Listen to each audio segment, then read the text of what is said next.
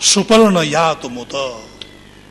मनुष्य ऐश्वर्य का अभिलाषी, ऐश्वर्य को अपने जीवन में चाहते हो तो सुपर्ण की जो मनोवृत्ति है, घमंड की जो वृत्ति है, अभिमान की जो वृत्ति है, उसको अपने जीवन से छोड़ दो।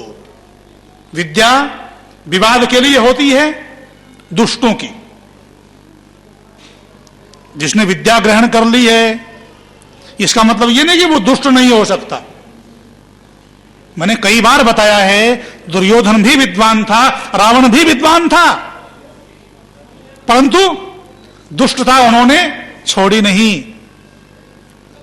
परमपिता परमात्मा उनके हृदय में भी प्रेरणा करते थे सन्मार्ग पर चलने की, पर परमपिता परमात्मा की प्रेरणा को वो नहीं सुनते थे, इसीलिए वो दुष्टता की ओर ही चलते रहते थे।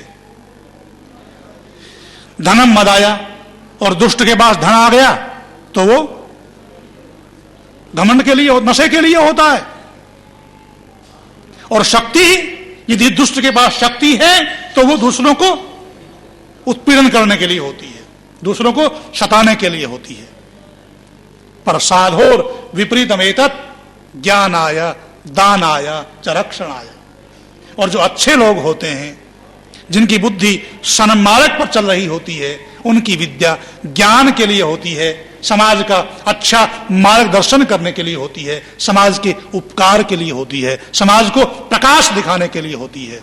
और दानाया, धन समाज का उपकार करने के लिए होता है, अभावग्रस्तों को उनके जीवन में अभावों को दूर करने के लिए होती है। और शक्ति परिपालनाया, शक्ति पालन के लिए होती है, जो दुर्बल हैं उनकी रक्षा के लिए होती है। तो गरुड़ को बहुत घमंड होता है अपनी चाल पर कि मैं बहुत तीव्र चाल वाला हूं, मेरी गति बहुत तीव्र है।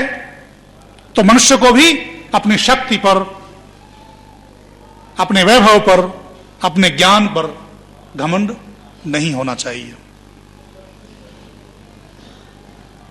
सिकंदर की कहानी तो सुनी है ना,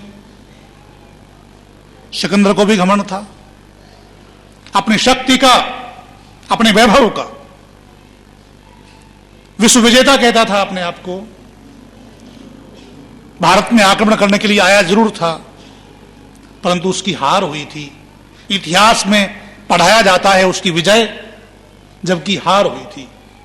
जब वो भी मरने लगा तो उसने कहा, मेरे दोनों हाथ बाहर निकाल देना ताकि दुनिया के लोग देख लें कि मैं खाली हाथ आया था, और मैंने न जाने कितनी माताओं को मैंने पुत्रों से विहीन किया है, कितनी महिलाओं को मैंने विधवा किया है, कितने बच्चों को मैंने अनाथ बनाया है। आज ये सिकंदर भी खाली हाथ ही जा रहा है। घमंडी का सिर हमेशा नीचा होता है।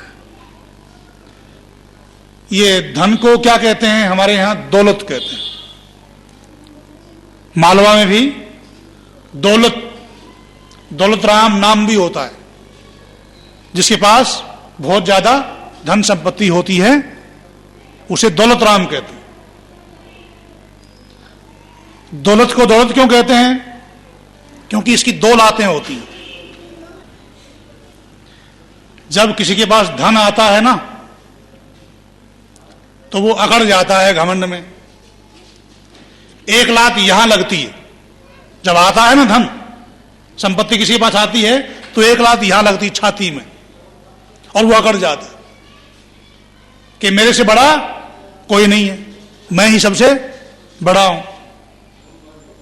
और जब ये जाती है ना, क्योंकि 4 दिन की चांदनी फिर अंधेरी रात, जब ये जाती है तो एक लात पीछे मार के जाती है, और वो ऐसे दीनहीन हो जाता है कि मेरे से दीनहीन तो कोई भी नहीं है। तो एक लात तो आते हुए सामने मारती है और जाते हुए एक लात पीछे मारती है, इसलिए दौलत को दौलत कहते हैं। सुपर्ण या तुमुत, तो गरुड़ की चाल को छोड़ दो। एक है कोक या तुम, चिड़े की चाल को छोड़ दो। चिड़ा पक्षी होता है ना, और ये कोकुयातुम हंस के लिए भी आया है। हंस की भी और चिड़े की भी एक वृत्ति होती है, वो दोनों कामांध होते हैं। काम वासना अत्यधिक होती है उनमें, वो देखते नहीं है। क्यों? विवेक होता नहीं है। कामांधम दिवानक्तम न पश्यति।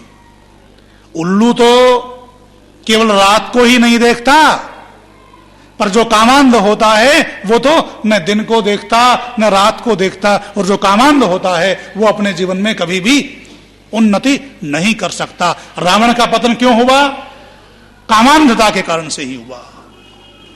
तो वेद मंत्र कहता है कोकुयातुम, कामांधता की जो मनोवृत्ति है उसको भी ये मनुष्य अपने जीवन में छोड़ दे।